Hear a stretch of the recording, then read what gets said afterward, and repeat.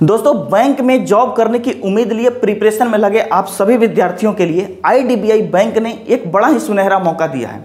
IDBI bank के द्वारा आज सुबह 7 मई की आज सुबह में एक नोटिफिकेशन जारी किया गया और इस नोटिफिकेशन में उन्होंने बताया है कि जूनियर असिस्टेंट मैनेजर यानी जैम के पोस्ट पर 676 वैकेंसीज हैं और इसको उनको भरनी है। और भरने के लिए उन्होंने कुछ क्राइटेरिया, कुछ गाइडलाइन इस नोटिफिकेशन में दी हैं जो आप सभी विद्यार्थियों को जान लेना जरूरी है, ताकि आप फॉर्म भरने से पहले उन सभी चीज़ों की व्यवस्था कर लें जिनको फॉर्म भरने में जो चीज़ें फॉर्म भरने में लगने वाली हैं, चाहे वो आपका सर्टिफिकेट हो या किसी प्रकार का डॉक्यूमेंट हो, है ना। तो इन सभी चीज़ों को इसमें हम समझेंगे, आपके उन तमाम सवालों का जवाब भी हम देंगे। तो मैं रजनीश पाठक उन सभी चीज़ों को लेकर के, उन सभी जानकारियों को लेकर के भविष्य निर्माण शिक्षण संस्थान के इस प्लेटफॉर्म पर हाजिर हो गया हूं। तो आइए शुरू करते हैं इस सेशन को और बहुत ही प्यारे तरीके से उन सभी चीज़ों को, बारीकियों को देखते हुए एक एक चीज़ों को बताया जाएगा आपको। तो चलिए शुरू करते हैं। यहाँ पर देख सकते हैं आप आईडीबीआई बैंक का लोगो है और आईडीबीआई बैंक के द्वारा बताया गया है कि रिक्रूटमेंट जो है वह जूनियर असिस्टेंट मैनेजर का है, जो कि ग्रेड ओ लेवल का जॉब है ना। तो यहाँ से चीज़ें अब आगे बढ़ती हैं और आपको सबसे पहले डिटेल देते हैं हम वैकेंसी की। तो वैकेंसी की जो डिटेल होगी, वैकेंसी का नंबर जो है 676 यहाँ पर देख रहे हैं आप, और अनरिजर्व को 271 इसमें से है, एससी को 140, एसटी को 74 और इसी तरीके से बाकियों का भी दिया गया है। अब आगे देख लेते हैं कि जो भी आपको कुछ इसमें डेट, जैसे कि किस दिन नोटिफिकेशन आया, आपका एज जो है वह किस डेट से देखा जाएगा, उन सभी चीज़ों को यहाँ पर देखते हैं। Important dates for the requirement process for both the positions. अब यहाँ देखिएगा आगे, यहाँ पर दिया गया है cut off date for eligibility criteria of age and educational qualifications 1 मई 2025, यानी 1 मई 2025 से पहले का आपका जो एजुकेशनल क्वालिफिकेशन का डॉक्यूमेंट है वो होना चाहिए और आपकी एज भी इसी डेट से काउंट की जाएगी, ठीक है। एडवर्टाइजमेंट 7 मई की सुबह में आज ही आया था, है ना। तो ये दिया गया है। उसके बाद में आप फॉर्म को भर सकते हैं 8 तारीख से, 8 से 20 के बीच में आप फॉर्म को, यानी 8 से लेकर के 20 तक आप फॉर्म को भर सकते हैं, फी को पे कर सकते हैं। एक डेट जो ऑनलाइन टेस्ट का टेंटेटिव डेट दिया गया है, संभावित तारीख दी गई है कि 8 जून को आपका ये एग्जाम होगा, 8 जून 2025 को आपका एग्जाम होगा, ऐसा डेट दिया गया है। इस डेट में चेंज भी हो सकती है। तो यहाँ पर ये चीज़ स्पष्ट यहाँ बता दिया गया कि any changes / modification in the date of online test would be updated on the bank's website, bank के वेबसाइट पर अपडेट किया जाएगा। किसी को इंडिविजुअली मेल वगैरह से नहीं भेजा जाएगा जानकारी कि आपका एग्जाम किस डेट को है। हालांकि ये टेंटेटिव डेट है, ये हो भी सकता है, नहीं भी हो सकता। अब देख लीजिए, अब यहाँ पर एलिजिबिलिटी क्राइटेरिया दिया गया है जो 1 मई 2025 से है, वह किन किन चीज़ों के लिए दी गई है जरा देख लेते हैं यहाँ पर। चलिए, अब एज आपकी 1 मई 2025 तक 20 वर्ष की होनी चाहिए। कितनी? मिनिमम 20 वर्ष और मैक्सिमम 25 वर्ष। मिनिमम 20 वर्ष और मैक्सिमम 25 वर्ष। अब इनके अलावा एज रिलैक्सेशन आपके रिजर्वेशन के अनुसार होगा, वो अलग है, ठीक है ना। तो ये चीज़ें दी गई हैं। अब एक चीज़ यहाँ पर क्लियर कर दिया गया है कि जो विद्यार्थी फॉर्म भरेगा उसका जो डेट ऑफ बर्थ होगा वह 2 मई 2020 से पहले का नहीं होगा और 1 मई 2005 के बाद का नहीं होगा। ध्यान दीजिएगा, जिसका भी डेट ऑफ बर्थ 2 मई 2020 से पहले का है और 1 मई 2005 के बाद का है, वो फॉर्म को नहीं भर सकते हैं। क्लियर? अब दिया गया है एजुकेशनल क्वालिफिकेशन। एजुकेशनल क्वालिफिकेशन में बताया गया है कि आपको बैचलर डिग्री होना जरूरी है। आपके पास बैचलर यानी आप ग्रेजुएट होने चाहिए, वो भी 60% मार्क्स से। लेकिन यहाँ पर एक चीज़ दिया गया है कि ये 60% जनरल वालों के लिए है, ईडब्ल्यूएस वालों के लिए है और ओबीसी कैंडिडेट्स के लिए, है ना। बस केवल इन्हीं के लिए ये दिया गया है। इसके बाद जो एससी, एसटी और बाकी अन्य जो भी डिसेबल्स हैं उनके लिए 55% मार्क्स चाहिए और वो आप वहाँ पे फॉर्म को भर सकते हैं। और आप किसी यूनिवर्सिटी से, रिकॉग्नाइज यूनिवर्सिटी से हो सकते हैं ना, या फिर AICTE से, UGC से, या कहीं से भी आपने किया है जो ऑथेंटिक है, गवर्नमेंट का बॉडी है, तो आप एलिजिबल हैं। ओके। कंप्यूटर लिटरेसी, आपको कंप्यूटर का भी जानकार होना चाहिए, आपको कंप्यूटर में अच्छी खासी जानकारी होनी चाहिए। क्लियर? तो तो अब हम देख लेते हैं यहाँ पर सिलेक्शन प्रोसेस क्या है। तो सिलेक्शन के प्रोसेस के लिए भैया मेरे सबसे पहले आपको जो है ऑनलाइन टेस्ट आपका होगा, ये ऑनलाइन टेस्ट होगा, फिर आपका डॉक्यूमेंट वेरिफिकेशन होगा, उसके बाद पर्सनल इंटरव्यू आपका होगा, और फिर बाद में आपको यहाँ पर मेडिकल टेस्ट भी देना होगा, तब जाके आप इसके लिए एलिजिबल हो पाएंगे और आपको इसमें लिया जाएगा। अब इसके बाद देख लेते हैं यहाँ पर कि आपका जो ये टेस्ट होगा इसमें कितने सब्जेक्ट्स के आपसे टेस्ट लिए जाएंगे, कितने कितने नंबर के होंगे, और कितने प्रश्न पूछे जाएंगे, और कितने समय दिए जाएंगे, इस सब चीज़ का है।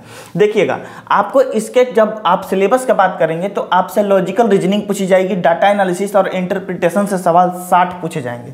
कितने सवाल होंगे? क्वेश्चन 60 होंगे, जिसके लिए आपको अधिकतम 60 मार्क्स मिलेंगे। इसका मतलब है कि प्रत्येक क्वेश्चन के लिए आपको 1 नंबर मिलेगा, और ये 60 क्वेश्चन को सॉल्व करने के लिए आपको 40 मिनट का समय दिया जाएगा। ठीक है, इसके बाद इंग्लिश लैंग्वेज का एग्जाम होगा, जिसके 40 क्वेश्चन आपको दिएंगे, 40 नंबर मैक्सिमम रहेगा, और इसमें जो है 20 मिनट का समय आपको दिया जाएगा। इसी तरीके से क्वांटिटिव एप्टीट्यूड मैथ के आपको 40 सवाल दिए जाएंगे, 40 इसमें मार्क्स आपको मिलेंगे, और 35 मिनट का आपको समय दिया जाएगा। फिर जनरल इकोनॉमी, बैंकिंग अवेयरनेस, और फिर कंप्यूटर IT वगैरह से सवाल आपसे पूछे जाएंगे 60 क्वेश्चन। कितने सवाल? 60 क्वेश्चन, और इसमें भी मैक्सिमम आपको 60 नंबर दिया जाएगा। समय मात्र 25 मिनट का समय रहेगा। तो इस तरीके से कुल आपको यहाँ पर देख सकते हैं कि कितना 2 घंटे का समय मिला। कुल कितना मिला? 2 आवर्स का समय आपको मिल रहा है, और क्वेश्चन आपको देखने को मिलेंगे 200। कितने सवाल मिलेंगे? 200। यानी इन 200 सवालों का आपको जवाब कितने घंटे में देना है? 2 घंटे में। तो ये आपका कुछ इस तरीके से रहा एक छोटा सा ब्रीफ सिलेबस का और सवाल पूछने का। ठीक है, अब जो जो यहाँ पर इंपॉर्टेंट है उनको जरा हम देखते चलते हैं। देखिए, आप में से जितने भी विद्यार्थी जब एग्जाम देंगे तो क्वेश्चन सही करेंगे, तो हो सकता है मे बी आपका क्वेश्चन गलत भी होता ही है। तो जब गलत होगा क्वेश्चन तो आपके सही होने के लिए 1 अंक मिलेंगे, और जब आपने गलत करा है, जब आप गलत करेंगे तो आपके 0.25 नंबर काट लिए जाएंगे। ठीक है, 0.25 नंबर काट लिए जाएंगे, यानी 1/4 नंबर की कटौती कर ली जाएगी, निगेटिव मार्किंग दी गई है। ठीक है, अब एग्ज़ाम जब ये एग्ज़ाम जब आपका हो जाएगा, कंप्यूटर बेस्ड जब एग्ज़ाम आप दे देंगे, तब उसमें आपको ये डिसाइड करा जाएगा कि ओवरऑल कट ऑफ निकलेगा कि ईच सेक्शन से निकलेगा। यानी आपने 4 सेक्शन में एग्ज़ाम को दिया है, तो चारों सेक्शन का अलग अलग कट ऑफ होगा कि ओवरऑल कट ऑफ होगा, ये बैंक डिसाइड करेगा। ठीक है, जो एग्ज़ाम लेगा वो डिसाइड करेगा। अब आगे चलते हैं, और आपका उसके बाद पर्सनल इंटरव्यू होगा। इंटरव्यू होगा तो कितने नंबर का इंटरव्यू होगा जरा इसके बारे में देख लेते हैं। यहाँ पर दी गई हैं चीज़ें कि जो आपकी पर्सनल इंटरव्यू होंगी वो 100 मार्क्स की होंगी। कितने मार्क्स की होंगी? 100 मार्क्स की होंगी, जिसमें कम से कम आपको 50% हासिल करना होगा अंक, है ना। और ये किन के लिए है? जनरल के लिए है, OBC के लिए, EWS के लिए, ये 50%, और बाकी जो है वह 45% अंक पर भी सिलेक्ट हो सकते हैं, है ना। अब बढ़ते हैं आगे। तो ये इसका कुछ बेसिक चीज़ें दी गई थी जो जानकारी आपको चाहिए। उसके बाद यहाँ पर है एलिजिबिलिटी क्राइटेरिया, आपकी नेशनलिटी और सिटीजनशिप कैसी होनी चाहिए। तो हमारे भाई, यदि आपने इस डेट से, आपका पूर्वज कोई 1 जनवरी 1962 से पहले भारत के इन पड़ोसी देशों में से, यानी भूटान से, यहाँ पर देख सकते हैं आप, नेपाल से, भूटान से, तिब्बत से आ गए हैं इस डेट से पहले, तो आप फॉर्म को भर सकते हैं, या भारतीय हैं तब भी आप फॉर्म को भर सकते हैं। बाकी बेसिक और भी ज़्यादा डिटेल जानना चाहते हैं तो इस नोटिफिकेशन को आप स्क्रीनशॉट लेके या फिर वेबसाइट से डाउनलोड करके पढ़ सकते हैं। अब रिलैक्सेशन क्या दिया गया है एज लिमिट में, यानी जो भी आपको एज मिला है उसमें रिलैक्सेशन भी मिला है। तो रिलैक्सेशन क्या है? तो जो शेड्यूल कास्ट है, जनरल वालों को कोई रिलैक्सेशन नहीं है भैया, इसके लिए आप निश्चिंत रहिए, आपको कोई रिलैक्सेशन नहीं है। अब शेड्यूल कास्ट या शेड्यूल ट्राइब जो है उनको 5 साल का रिलैक्सेशन दिया गया है। जो बैकवर्ड क्लास के हैं, नॉन क्रीमिलियर वाले, उनको 3 साल का, और जो डिसेबल हैं उनको 10 वर्षों का दिया गया है। क्लियर। और यहाँ पर जो एक्स सर्विस मैन है या फिर बाकी इस क्राइटेरिया में जो लोग आते हैं उन लोगों को 5 साल का दिया गया है। और एक और चीज़ यहाँ पर दिया गया है कि जो व्यक्ति 1984 के दंगा में जो अफेक्टेड लोग थे उनके परिवार से यदि आप हैं तो अभी आपको 5 साल का रिलैक्सेशन दिया जाएगा। चलिए अब आगे आ जाइए, आगे और चीज़ें भी देख लेते हैं हम। एजुकेशनल क्वालिफिकेशन, ये जान लेना बड़ा ज़रूरी है। हालांकि हमने इसकी चर्चा पहले भी कर दी है, अभी भी समझ सकते हैं कि एजुकेशनल क्वालिफिकेशन आपको एटलीस्ट बैचलर डिग्री आपके पास होनी चाहिए, वो भी 60% मार्क्स के साथ। जनरल EWS और OBC वालों का, बाकी लोगों का 55% मार्क्स से भी काम चल जाएगा। अब यहाँ पर एक चीज़ बताई गई है कि अगर आपका नंबर जैसे 60% है और किसी बच्चे का 59.99% आया है नंबर, क्लियर, तो भी इसको 60% ही कंसीडर किया जाएगा। ये बैंक के द्वारा इस नोटिफिकेशन में बता दिया गया है, इस बात को ध्यान रखिएगा। अब ऑनलाइन पेमेंट, अब फी की चर्चा कर लेते हैं कि फी आपको कितना देना होगा इसके लिए। तो 250 है, यहाँ पर दिखाया गया है कि 250 फॉर SC ST या फिर कोई जो डिसेबल हैं उनके लिए 250 रुपये लगेगा, और वो जो है इस फॉर्म को भर सकते हैं। 1050 रुपये लगेगा सभी कैंडिडेट्स के लिए, जनरल से हैं तो सभी के लिए, है ना, 1050 रुपया, बाकी इनके लिए 250 रुपया, क्लियर। फिर आगे चलते हैं और आगे चल के और भी चीज़ें आपको बताते चले हम। अब ये बड़ा ही ये बहुत ही ज़्यादा इम्पोर्टेंट सेक्शन है अभी आपके लिए, आपको जान लेना कि जब आप फॉर्म को भरेंगे तो क्या क्या डॉक्यूमेंट आपके पास रहना चाहिए भैया। तो देखिए, आपको अपने एज के, मानिए आपको अपने एज प्रूफ के लिए आपको क्या डॉक्यूमेंट रखना होगा। तो एज प्रूफ के लिए आपको 10th या 12th क्लास का जो मार्कशीट होता है वो होना चाहिए आपके पास एज प्रूफ के लिए, या फिर स्कूल लिविंग सर्टिफिकेट आपके पास होना चाहिए, नहीं तो आपका बर्थ सर्टिफिकेट होना चाहिए। इन तीनों में से कोई एक चीज़ आपके पास एज के प्रूफ के लिए होना चाहिए। एज का प्रूफ आपने दे दिया, अब आपको लगेगा एजुकेशनल क्वालिफिकेशन का प्रूफ। तो एजुकेशनल क्वालिफिकेशन के प्रूफ के लिए आपको हाई स्कूल का यानी 10th का और इंटरमीडिएट का दोनों का मार्कशीट चाहिए और ओरिजिनल सर्टिफिकेट चाहिए। क्या चाहिए? ओरिजिनल सर्टिफिकेट चाहिए, 10th और 12th दोनों का मार्कशीट और ओरिजिनल सर्टिफिकेट, ठीक है। ग्रेजुएशन का जो आपका फाइनल मार्कशीट होता है वो आपको चाहिए यहाँ पर। डिग्री जो फाइनल आपको मिला होगा वो डिग्री भी चाहिए और मार्कशीट भी चाहिए, या फिर प्रोविजनल डिग्री होगा वो भी आपको रखना पड़ेगा जो आपको यूनिवर्सिटी के द्वारा मिला होगा। कहीं कहीं भैया सेमेस्टर वाइज जारी किया जाता है, कहीं ईयर वाइज जारी किया जाता है, कहीं एक ही साथ दे दिया जाता है मार्क्स, है ना। तो वो सब व्यवस्था है यहाँ पर।